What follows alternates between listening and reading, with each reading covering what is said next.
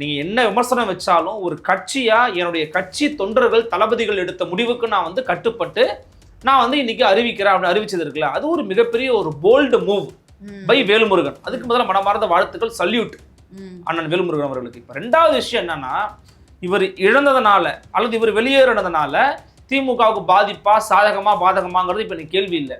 அப்படி பார்க்குறீங்களா கூட ஓகே தான். திடீர்னு உங்கள் மேலே வழக்கு வருது, நீங்கள் வந்து பிஜேபி பார்த்துருங்களா அப்படின்னு உங்களோட தான் பார்த்தாங்க. போலீஸை விட்டு சம்மன் அனுப்பியிருக்கிறாங்க, ஒரே நாளில் 3 இடத்துல நான் போய் வந்து ஆஜராகணும் அப்படின்னு சொல்கிறாரு.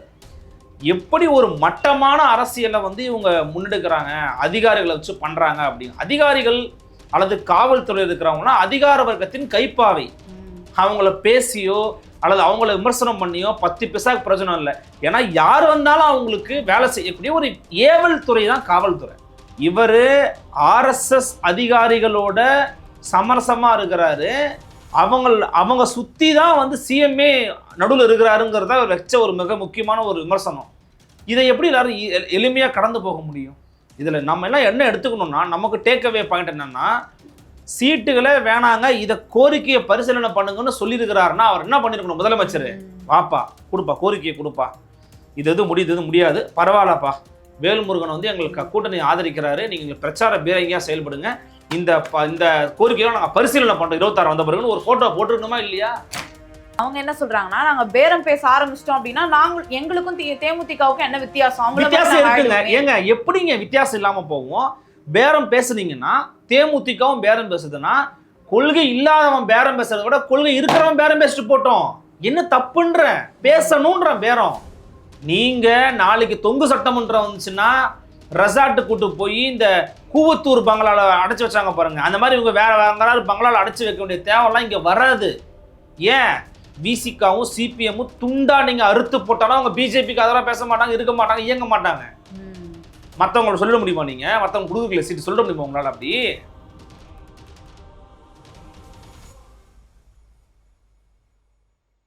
நிம்மதி ப்ராப்பர்ட்டி மேனேஜ்மெண்ட். கான்டாக்ட் 7667008999. நலம் தரும் நல்லார் சித்த மருத்துவமனை. இதய நோய், சர்க்கரை நோய், பக்கவாதம், சிறுநீரக பிரச்சனை, தண்டுவடம் மற்றும் மூட்டு பிரச்சனைகளுக்கு மிகச்சிறந்த மருத்துவமனை. கிருஷ்ணகிரி, சென்னை மற்றும் மதுரை. தொடர்புக்கு 8807666117 மற்றும் 8807666118. 4th ஸ்டேட் தமிழ் நேயர்களுக்கு வணக்கம். இன்றைய நேர்காணலில் நம்மோடு இணைந்திருக்கிறார் ஊடகவியலாளர் அருள்மொழிவர்மன் அவர்கள். வணக்கம் சார். வணக்கம் கவிப்பிரியா. சார், நம்ம நேற்று வந்து திமுக கூட்டணியிலிருந்து வேல்முருகன் அவர்கள் வெளியேற போகிறாரா அப்படின்னு கேள்வி வச்சு பேசியிருந்தோம். இல்லை வெளியில போகக்கூடிய ஒரு சூழல் தான் இருக்கு அப்படின்னு சொல்லியிருந்தீங்க. அது போல நேற்று அறிவிச்சிருக்கிறாரு ப்ரெஸ் மீட்ல, நாங்கள் திமுக கூட்டணியிலிருந்து வெளியேறி இருக்கிறோம் அப்படின்னு. நாங்கள் 2 தொகுதிகள் கேட்டோம், ஆனால் அவங்க வந்து கொடுக்க முற்படல. தொகுதிக்கு கொடுக்கலனா கூட பரவாயில்ல, ஆனால் நாங்கள் 10 கோரிக்கைகள் வந்து வச்சுருக்கோம், அதையும் வந்து நிறைவேற்ற மாட்டாங்க அப்படின்னு சொல்கிறாங்க.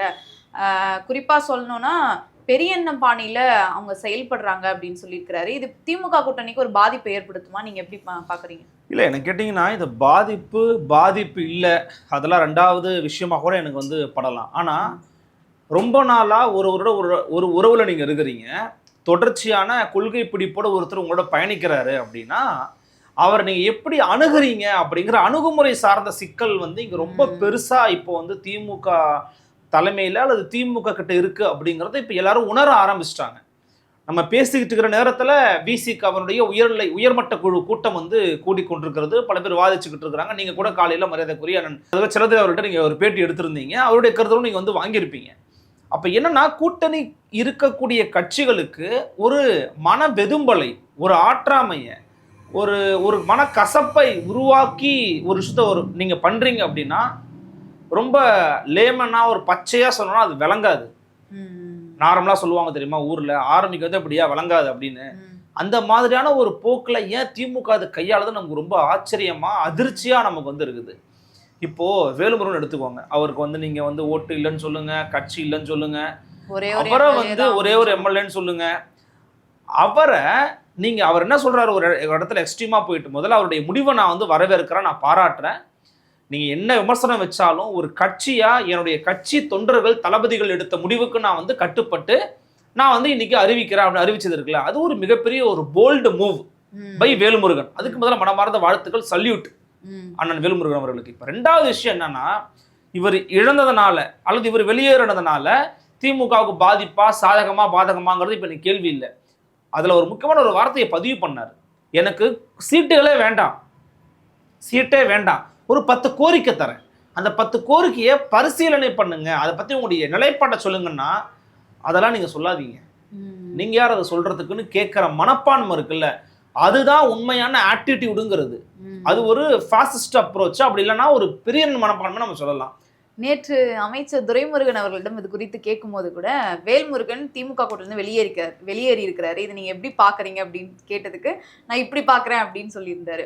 அப்ப வந்து வேல்முருகன் அவர்கள் ஒரு பொருட்டாவே வந்து திமுக எடுத்துக்கலையா, நீ இருந்தா இரு இல்லாட்டி போ அப்படின்ற தொனில தான் அவர் அணுகி வேல்முருகன் அவர்களை மட்டுமல்ல, எனக்கு தெரிஞ்சு இன்னும் சில செய்திகள்லாம் வரும்போது அவங்க சிபிஎம் விசிகாவே அப்படிதான் ட்ரீட் பண்றாங்கன்னு நினைக்கிறேன்.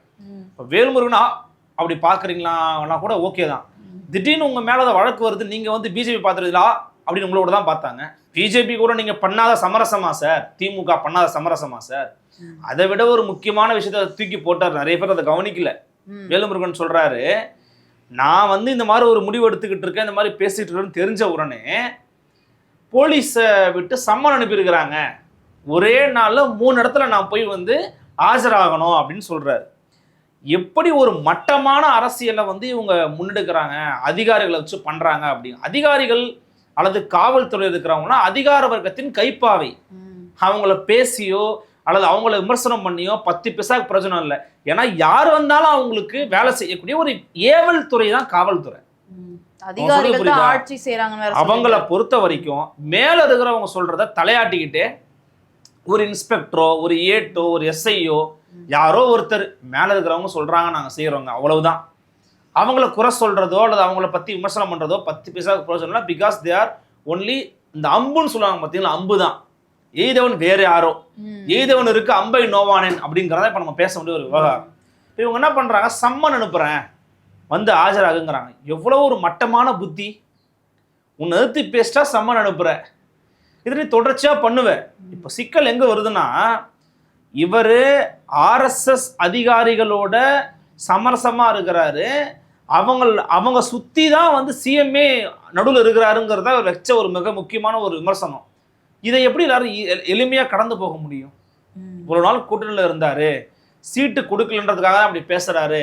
ஆமாப்பா, சீட்டு கொடுக்கலன்னா அவர் பேசுறதா கூட இருக்கட்டும்பா, அது நீ உண்மை இல்லைன்னு சொல்லணும், அல்லது அவர் மேல ஒரு விமர்சன கணைகளே வந்து வச்சிருக்கணுமே. அது வெக்கப்படலை.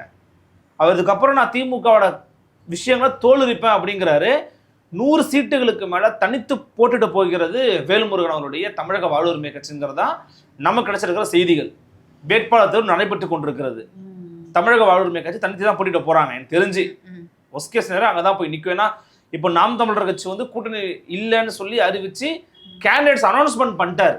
ஸோ இதுக்கப்புறம் அங்கே போய் ஜெல்லாக முடியாது.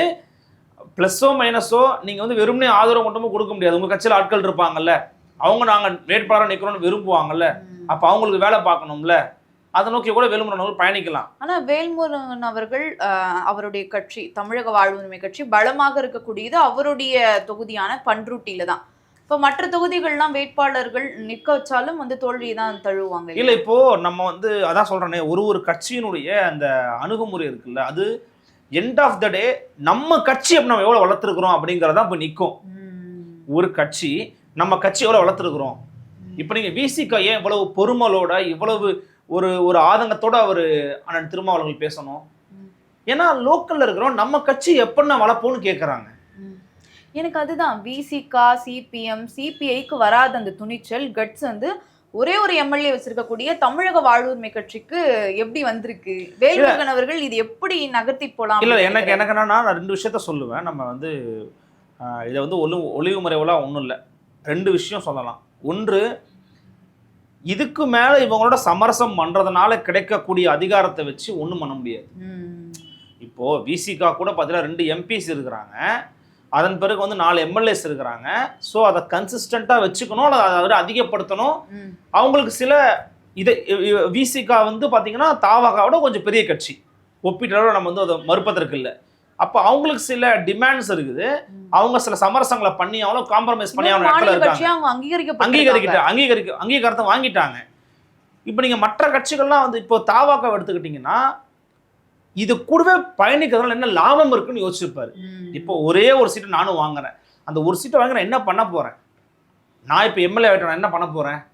இவங்க இதே 4.5 வருஷத்துல என்ன ஓட்டுனாங்களோ அப்படியே அடுத்த 5 வருஷமும் ஓட்டுவாங்க. அப்ப அதுக்கு அதை பத்தி எனக்கு பொருட்டு இல்லை. எனக்கு கட்சி தான் முக்கியம் எடுத்த முடிவை நம்ம வரவேற்கணும், பாராட்டணும். அந்த அடிப்படையில் நீங்க வந்து அந்த மூவ் வந்து நீங்க சரின்னு தானே சொல்லணும். வெளில வந்திருக்கிறார்ல, எனக்கு கட்சி முக்கியம் போயா. ரெண்டாவது நான் சொன்ன இதுல நம்ம எல்லாம் என்ன எடுத்துக்கணும்னா, நமக்கு டேக் அவே பாயிண்ட் என்னன்னா, சீட்டுகளே வேணாங்க, இதை கோரிக்கையை பரிசீலனை பண்ணுங்கன்னு சொல்லியிருக்கிறாருன்னா அவர் என்ன பண்ணிருக்கணும்? முதலமைச்சர் வாப்பா கொடுப்பா, கோரிக்கையை கொடுப்பா, இது எதுவும் முடியுது, இது முடியாது, பரவாயில்லப்பா, வேல்முருகன் வந்து எங்களுக்கு கூட்டணி ஆதரிக்கிறாரு, நீங்கள் பிரச்சார பீரங்கியா செயல்படுங்க, இந்த இந்த கோரிக்கையை நாங்கள் பரிசீலனை பண்ணுறோம் 26 வந்த பிறகுன்னு ஒரு போட்டோ போட்டுருக்கணுமா இல்லையா? அப்போ அந்த கோரிக்கைகளை குறைந்தபட்சம் மரியாதையாவது அவருக்கு கொடுக்கப்படலைன்றதுதான் எக்ஸாக்ட்லி ட்ரூ. இவருக்கு மட்டும் இல்லை, காங்கிரஸுக்கு கொடுக்கல, விசிகாக்கு கொடுக்கல, சிபிஐக்கு கொடுக்கல, சிபிஎம்க்கு கொடுக்கல. எனக்கு தெரிஞ்சு இப்ப நம்ம பேசிக்கிட்டு கூட்டணி பேச்சுவார்த்தை மூலமா திமுக வந்து பாசிசத்தை வந்து கையில் எடுத்திருக்குன்னு சொல்லலாமா?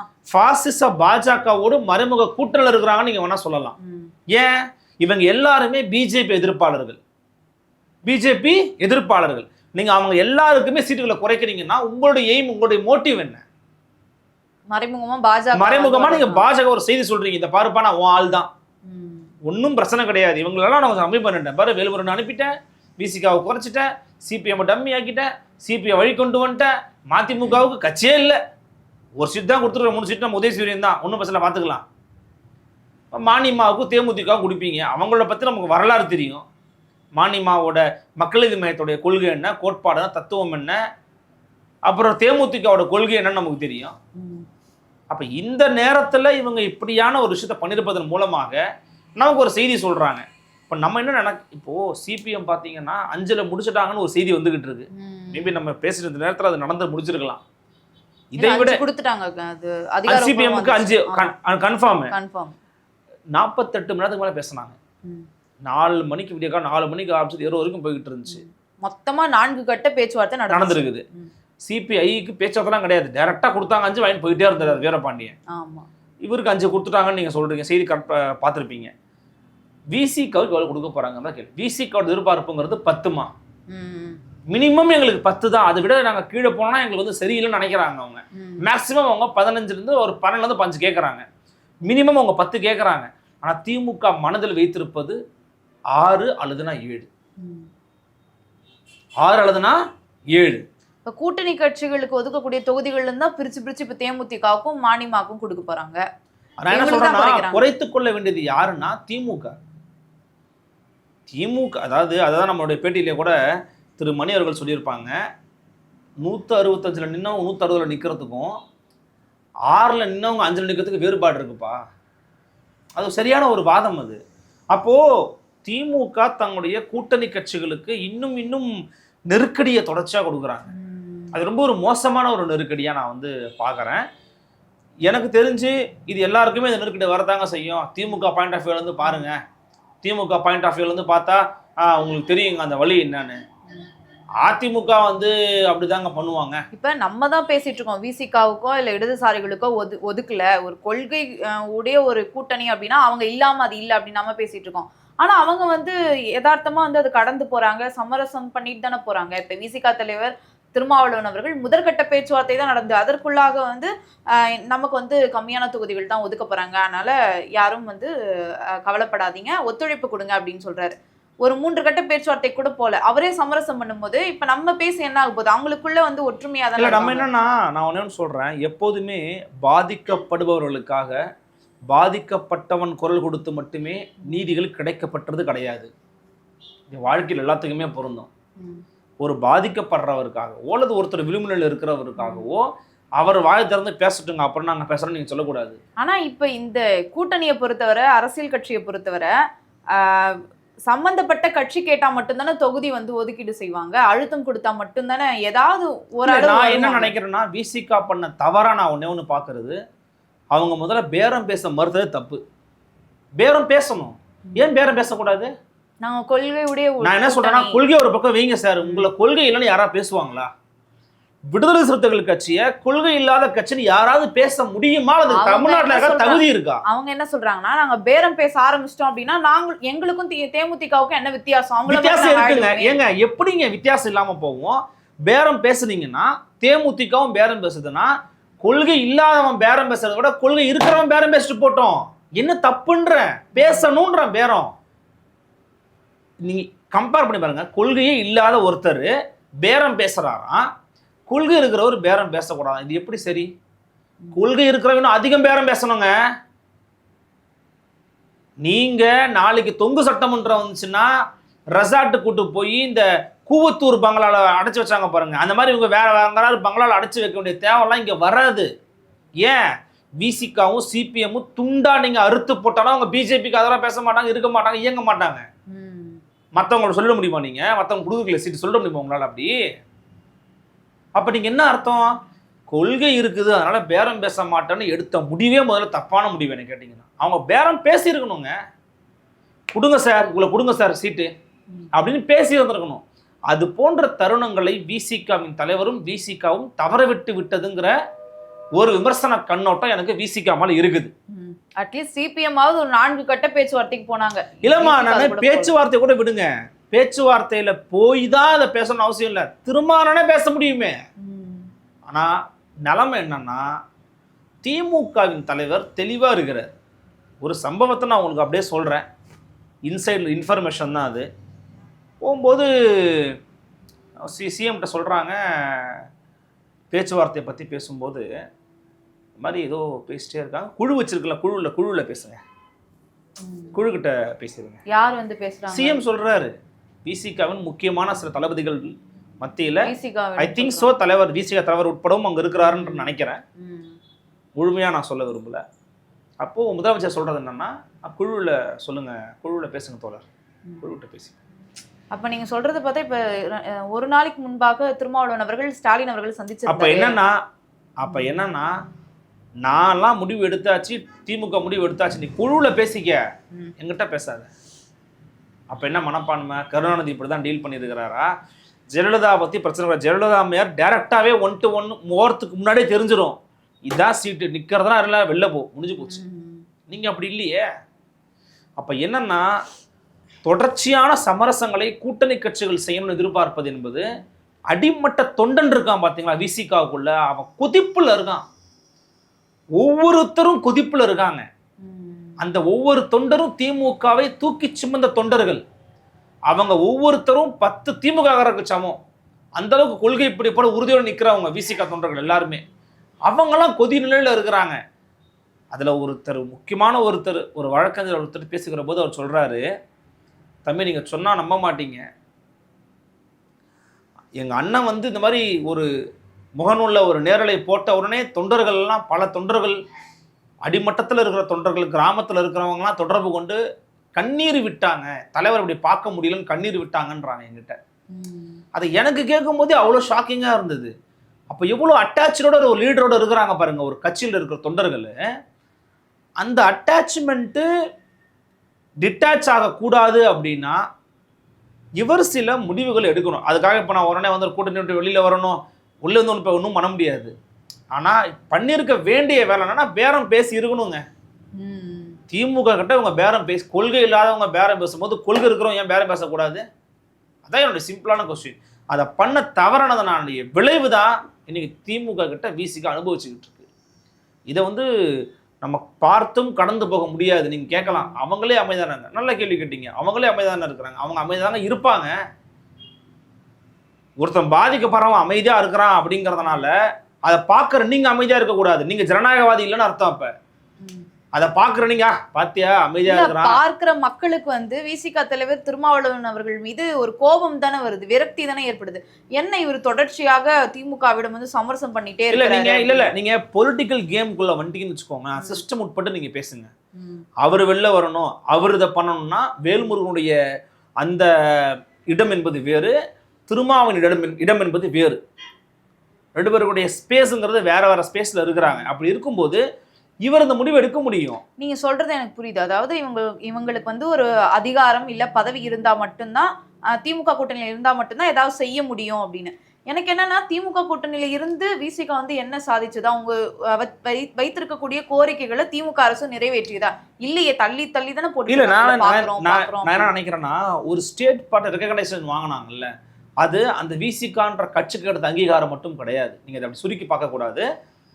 அது அந்த அந்த கட்சியினுடைய கொள்கைங்கிறது தமிழ்நாட்டினுடைய பிரதானமான வேர் சார்ந்த மண் சார்ந்த கொள்கைகளுடைய ஒரு நீட்சி, ஒரு வடிவம் தான் விசிக. ஓகேவா? அப்போ அந்த கட்சியை நம்ம வந்து புறந்தள்ள முடியாது. அது ஒரு தமிழ்நாட்டுக்கான ஒரு மாநில கட்சி. அந்த கட்சியினுடைய வளர்ச்சிங்கிறது தமிழ்நாட்டுக்கு நன்மை பயக்கக்கூடியது. காங்கிரஸுக்கு கம்மியா கொடுத்துருக்குறாங்கன்னா நான் இன்னமும் கம்மியா கொடுத்துருக்கணும். நான் மகிழ்ச்சி அடைஞ்சிருப்பேன். நான் ரொம்ப மகிழ்ச்சி அடைஞ்சிருப்பேன். 28 கம்மியா கொடுத்துருக்கணும். அப்போ அதுக்கு நல்லா யோசிச்சு பாருங்க. ஒரு தடவை கூட திருமாவளவர்கள் சொன்னாங்க, நிறைய பேர் வந்து காங்கிரஸுக்கு கொடுக்குறாங்க, விசிக கொடுன்னு கேட்டிருக்காங்கன்னு. அதுக்கு ஒரு நல்ல கம்பேரிசன் சொல்லுவார் அவர். காங்கிரஸ் தேஞ்சிக்கிட்டு வருது, விசிகா வளர்ந்துக்கிட்டு வருது. எப்படி? 63, 42, 35, 30, இப்போ 28. புரியுதுங்களா உங்களுக்கு? அப்போ அது தேய்மானத்தில் இருக்குது. விசிகா வளர்ச்சி பாதையில் இருக்குது. அது ஒரு வளர்பிறை. காங்கிரஸ் ஒரு தேய்பிறை. அது அமாவாசையாக இன்னும் கொஞ்ச நாள் தான் இருக்குது. ஆனால் அது முழு பௌர்ணமியை நோக்கி நகர்ந்துகிட்டு இருக்கு விடுதலை சிறுத்தைகள் கட்சி. அதனால நான் என்ன சொல்றேன்னா, அவங்க பேச மாட்டாங்க, அவங்களுக்காக நம்ம தான் பேசணும். இது உடனே சில பேர் சொல்லுவாங்க, நீங்க திடீர் போராளிகள் ஊன்னு பேசுவாங்க. என்ன வேணா நினச்சிட்டு போட்டு விமர்சனங்களை பண்ணட்டும். ஆனால் திருமாவளவனையும் வேல்முருகனையும் சண்முகம் அவர்களையும் மற்ற இதர கட்சிகளையும் ஆன்டி பிஜேபியாக இருக்கிறவங்கள விமர்சனம் பண்ணுறது அவங்கள வந்து நெருக்கடிக்கு உள்ளாக்குறது, அவங்களை இழிவுபடுத்துறது அப்படிங்கிறது திமுகவோட கோர முகத்தை நமக்கு காட்டுகிறது. அப்படிங்கிறதுல எந்த மாற்று கருத்தும் எனக்கு இல்லை.